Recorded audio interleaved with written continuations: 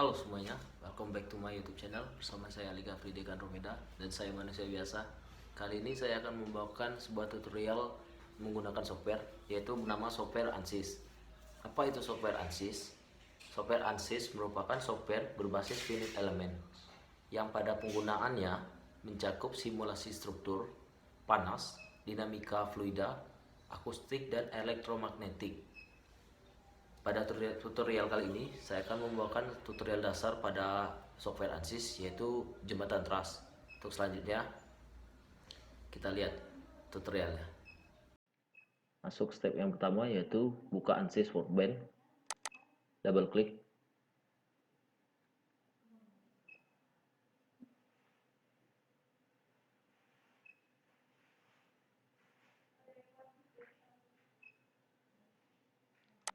Oke, setelah itu di sini kita pilih statik struktural.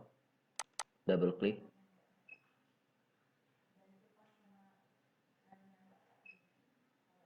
Kasih nama trust. Masuk ke engineering data. Double klik. Nah, kemudian pada tampilan ini kita masuk ke add new material. Di sini buat Douglas sphere. Enter. Setelah itu masuk ke isotropic elasticity, di sini double klik. Nah, pada ini yang pertama yaitu pada kolom yang modulus sini.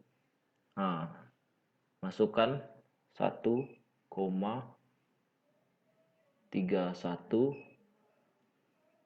E10 ya, 1,31 E10, lalu enter. Di bawahnya masukkan lagi pada Poisson ratio, yaitu sebesar 0,29, enter. Nah, setelah dimasukkan yang nilai yang modulus dan Poisson ratio, yaitu kita kembali ke project, klik project. Nah, setelah kembali ke klik project, masuk ke geometri, double klik. Nah, sebelum masuk ke geometri, di sini ada tampilannya, yaitu line bodies. Kita checklistkan dulu line bodiesnya. Oke. Setelah line bodies, lalu masuk ke geometri, double klik.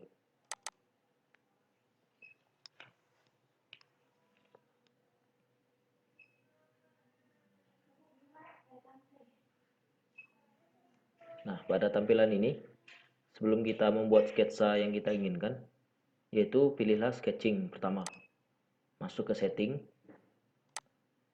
Nah, lalu pada grid, centang show in 2D. Nah, seperti itu. Lalu kita masuk ke draw, pilih line. Nah, pada ini klik kanan pada lembar kerja, look at. Kita zoom menggunakan kursor mouse. Nah, pada ini kita langsung saja gambar apa yang kita inginkan. Yang pertama, kalau saya menggambar dari sini. Masing-masing orang cara menggambar dan seleranya berbeda-beda. Setelah buat garis tengah, tarik ke samping. Setelah itu, tarik lagi ke samping. Nah, pada ini saya langsung memberikan ukuran atau dimensinya. Ini adalah sesuai dengan ukuran saya sendiri. Di sini klik ini, tarik. Sini saya kasih. Oke. Dua saja. Saya kasih 2. Terus di sini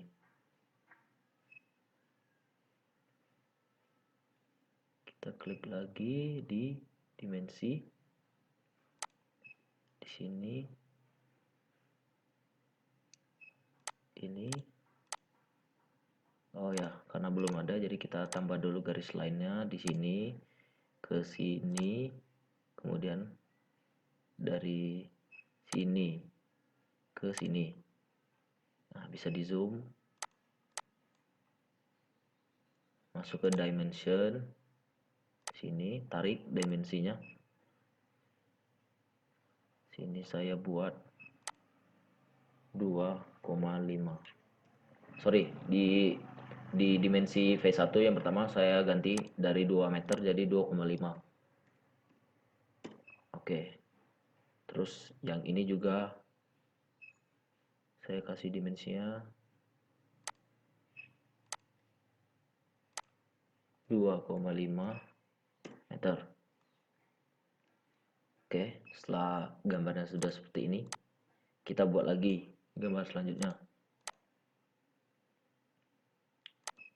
yaitu klik dari tengah, tarik ke atas, atau bisa seperti ini. Nah, tarik ke tengah. Oke. Tarik ke bawah. Itu tarik lagi ke bawah. Oke. Tarik ke tengah sini. Jadi dari sketsa ini jangan sampai ada titik yang tidak saling bertemu. Seperti titik ini. Titik ini dan titik ini bertemu, titik ini dan titik ini bertemu, begitupun seterusnya. Jangan sampai putus. Ataupun kita bertumpuk titik, maksudnya itu terdapat dua titik yang saling bertumpukan. Nah, seperti ini kan hanya satu titik, jadi titik ini dan titik ini bertemu. Jika kita melakukan dua titik, nanti pada saat melakukan extrude dan yang lain-lain itu tidak akan berhasil karena dia tumpang tindih. Masuk ke dimension, sama ukurannya kita samakan biar dia sejajar. Kita titik ini dulu. Oke. Ini 2,5. Oke. Nah, karena ukurannya dari sini ke sini itu sama 2,5, ini 2,5, ini 2,5, ini 2,5. Jadi otomatis yang bagian sini itu mengikuti. Jadi tidak perlu lagi kita berikan lagi dimensinya. Nah, karena ukurannya sudah pas dan sesuai, maka masuk ke draw lagi, line, buat garis di atasnya. Oke, nah jadi kurang lebih seperti inilah sketsa yang akan jadi.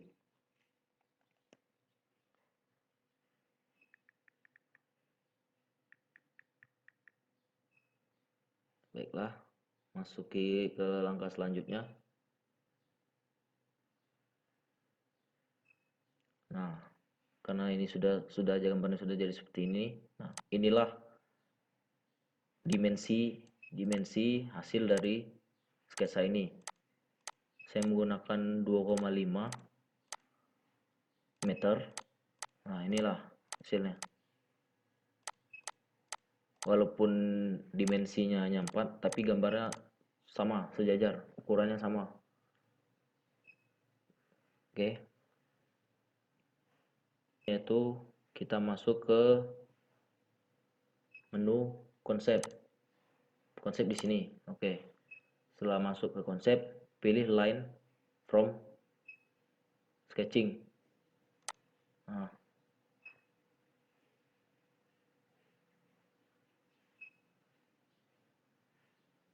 setelah itu di sini ada apply kan. Nah, jadi sebelum kita apply, kita klik dulu gambar sketsanya. Klik dulu. Nah, seperti ini. Caranya klik satu garis line, tekan Ctrl pada keyboard, klik lagi, klik lagi, klik lagi, klik lagi, klik lagi, klik semua klik. Tuh. Nah, sudah diklik, lalu klik apply. Oke. Setelah ini pada plane XY pilih sketch 1. Oke. Setelah seperti ini, sudah sketch 1. Sketch 1 ya. Sketch 1. Sketch 1, apply. Nah, sudah di apply, lalu klik generate. Nah, maka gambarnya akan menjadi seperti ini, kurang lebih seperti ini. Ya, sesuai dengan dimensinya. Setelah itu, langkah selanjutnya yaitu pilih konsep, pilih cross section, kemudian rectangular, klik. Nah, maka akan muncul seperti tools baru rectangular. Ini gambarnya menjadi kecil, bisa kita zoom aja. Kita zoom, ya, memang seperti ini dah. Kita zoom. Nah, kemudian klik rectangular. Pada rectangular, tentukan nilai B dan H sebesar 0,06 meter. Ini B ya. Ini kan masih 0,01. Kita ganti 0,06 meter. Enter. Oke, 1. Yang H-nya juga 0,06 meter. Enter. Oke. Nah, setelah seperti ini, langkah selanjutnya yaitu kemudian pilih rectangular 1 ya. Bentar, kita cari dulu menunya.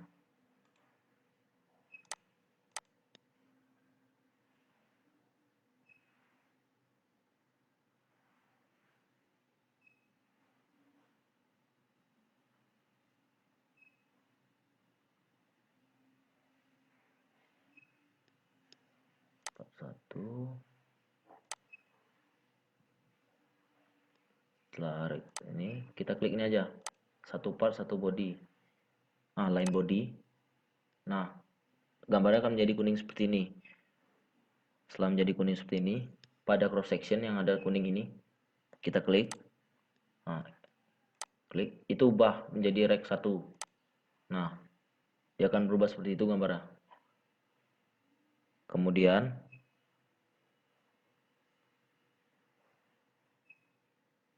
setelah seperti ini, nah, kita kembali ke menu awal ANSYS tadi, project utama. Nah, oke, setelah kembali seperti ini, tadi di awal kita menggunakan engineering data, yang kedua geometri, yang ketiga lanjut ke model ya, double klik. Setelah masuk ke bagian model, kemudian kita pilih geometri, pilih line bodinya. Nah, pada material di assessment itu sudah, jadi dia dari structural steel diganti menjadi Douglas fir. Setelah diganti, nah, oke, ini sudah diganti. Klik bagian ini, kemudian diganti. Lanjut ke step berikutnya yaitu klik mesh. Nah, kemudian pada sizing, nah, oke, masukkan elemen size-nya yaitu 10,0, enter. Oke.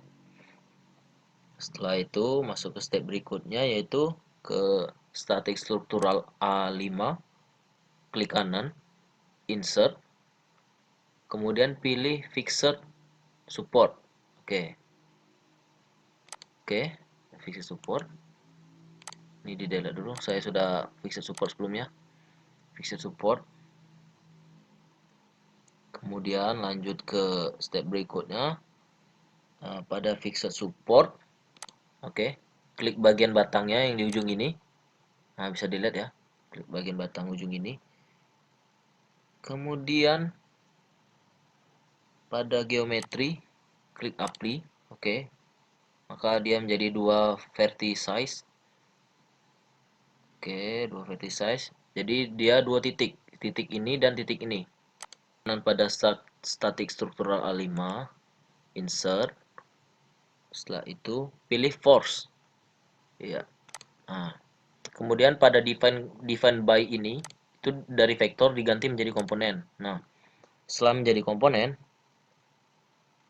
masuk ke Y komponen. Nah, pada Y komponen ini saya memberikan minus 40.000. Jadi minus 40.000. Nah, setelah minus 40.000,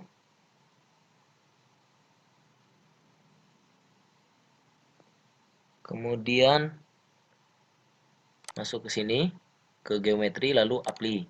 Oke. Jadi dia akan terlihat seperti gambar, ini arahnya ke bawah. Setelah itu lanjut ke step berikutnya, klik solution A6, klik kanan, pilih insert, pilih deformasi, pilih total, klik. Nah, setelah itu klik lagi solution, ya, klik kanan, pilih insert, pilih probe, kemudian pilih force reaction. Oke. Nah, force reaction ini untuk mengetahui reaksi pembebanannya. Lalu ganti boundary ini menjadi fixed support. Oke. Nah, setelah ini dapatlah total deformasi, force reaction-nya. Kemudian pada ini, oke, ini kita update dulu mesh-nya. Saya lupa update tadi. Kita generate mesh dulu. Oke, dia sudah seperti itu. Ini tadi kita belum solve, kita solve dulu. Statik struktural A5-nya kita solve dulu. Ya, ini masih loading ya, teman-teman. Oke. Ya, masih loading.